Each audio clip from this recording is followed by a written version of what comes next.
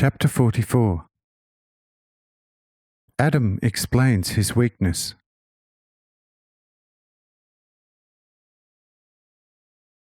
Having heard this, Seth's eyes were opened, and so were those of all the others. For now they understood what Enoch had wanted to say, and were satisfied that at least Enoch comprehended the things which were so totally incomprehensible to them.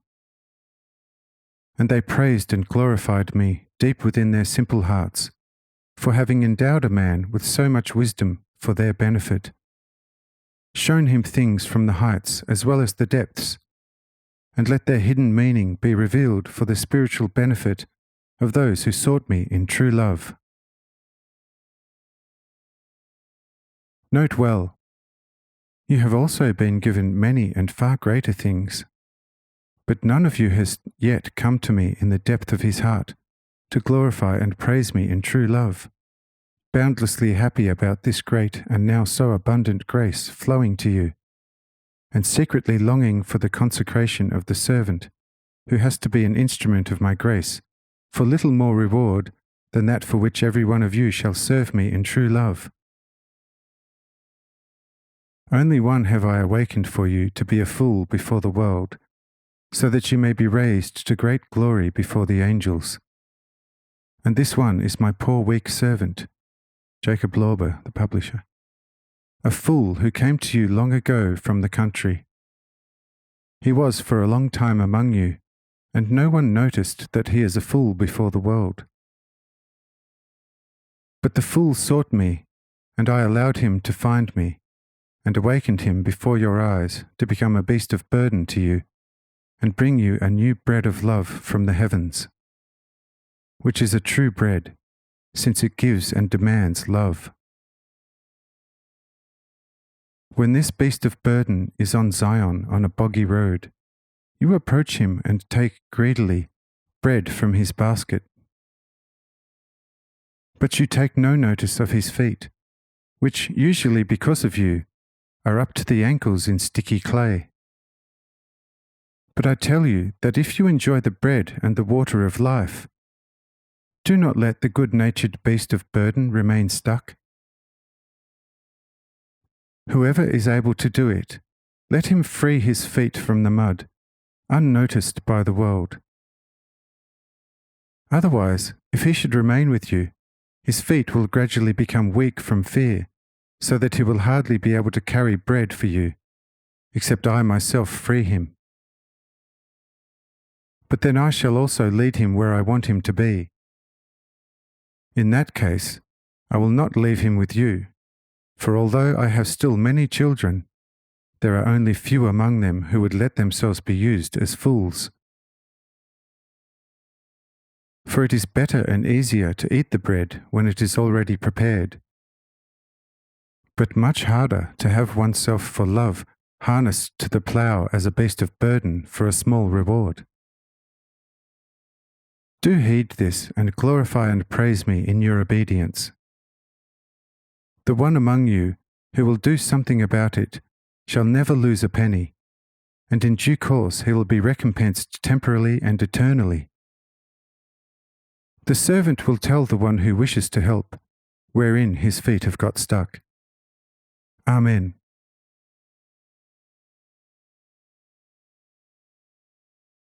When all had for about an hour glorified and praised me, Seth rose again, told the others to do the same, and said, Children, our dear Enoch has, with the visible grace from above, lifted heavy burdens from our oppressed hearts, and thrown them forcefully into a boundless depth of delight and bliss. God, our most holy and best Father, be forever glorified and praised for this. However, as Enoch was given this for our sake because of his great humility before God and the brothers, and he has faithfully passed on to us without the least reservation all that he has received. And we are now happy and are praising God, our most holy Father. I think that in our love and joy we should not forget Enoch. Since he has become a favourite of God, how could he not be ours as well?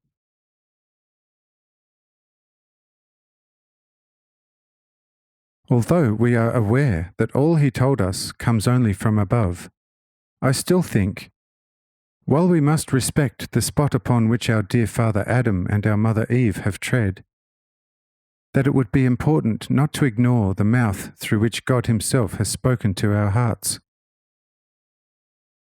O children, let us take dear Enoch into our midst, and let him no longer till the meagre earth for his daily bread. But since God, our most holy Father, has in his boundless love graciously made him into a cultivate for our hearts, so weak in love, let us work the land for him through our many other sons and daughters, who all have strong limbs, but all the weaker hearts.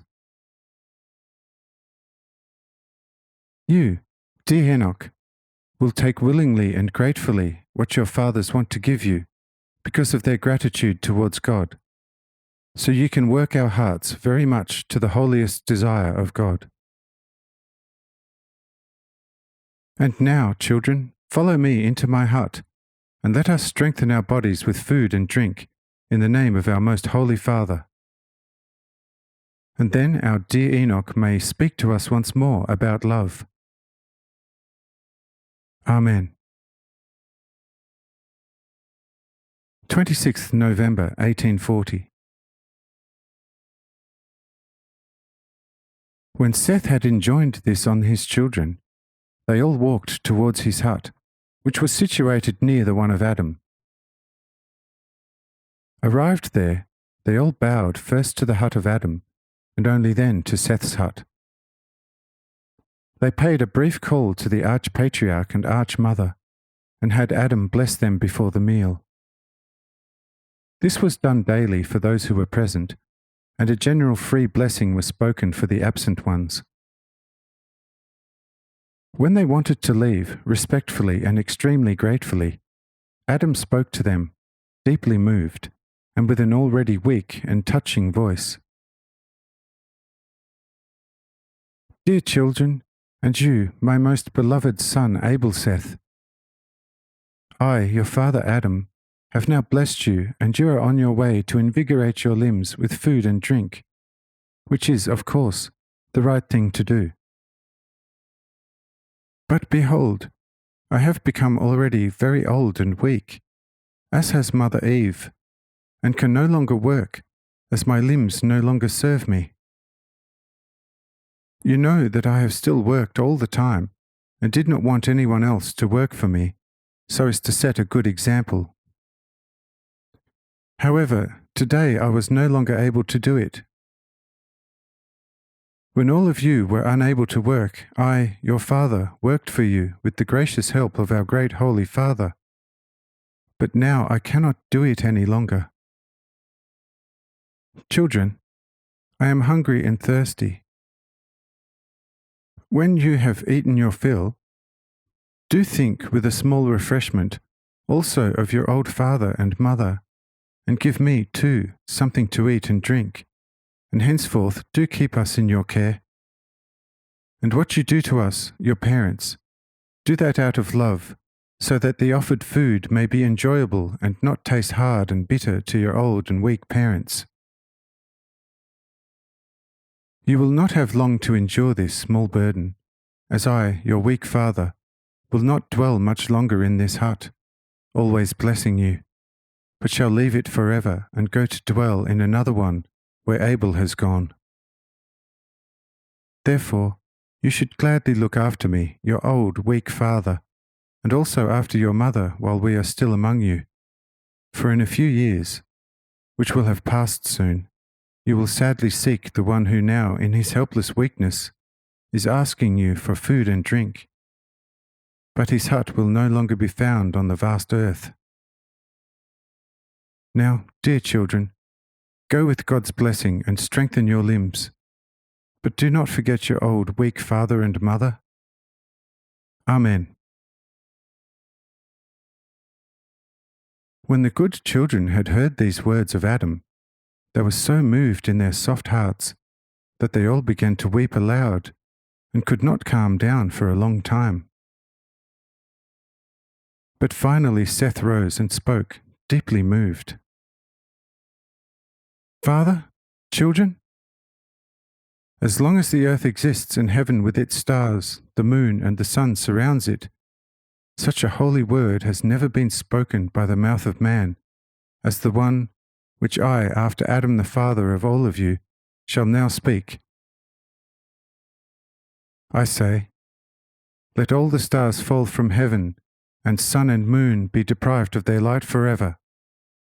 Let all seas, lakes, and rivers dry out completely, and the entire earth turn to stone.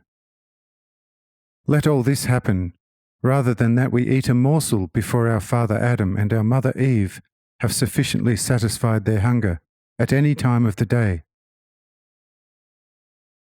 O Father and Mother, you already know how happy I used to be when you were willing to accept something from me in the days of your strength. So my joy is all the greater that you do need our care, and I, thus, have the blessed opportunity of repaying with my greatest love at least the tiniest part of my very great debt to you, O Father and Mother, for all your great kindness. O Father and Mother, accept this graciously and remain among us with your blessings to the end of time. And you, Enos and Kenan, hurry to my hut and fetch the best food and the freshest drink, and tell my wife, Jeha, your mother, that her father Adam and her mother Eve are hungry and thirsty, and bring her here that she too may promise what I have now promised sacredly in the face of God. Now go and return immediately. Amen. Amen. Amen.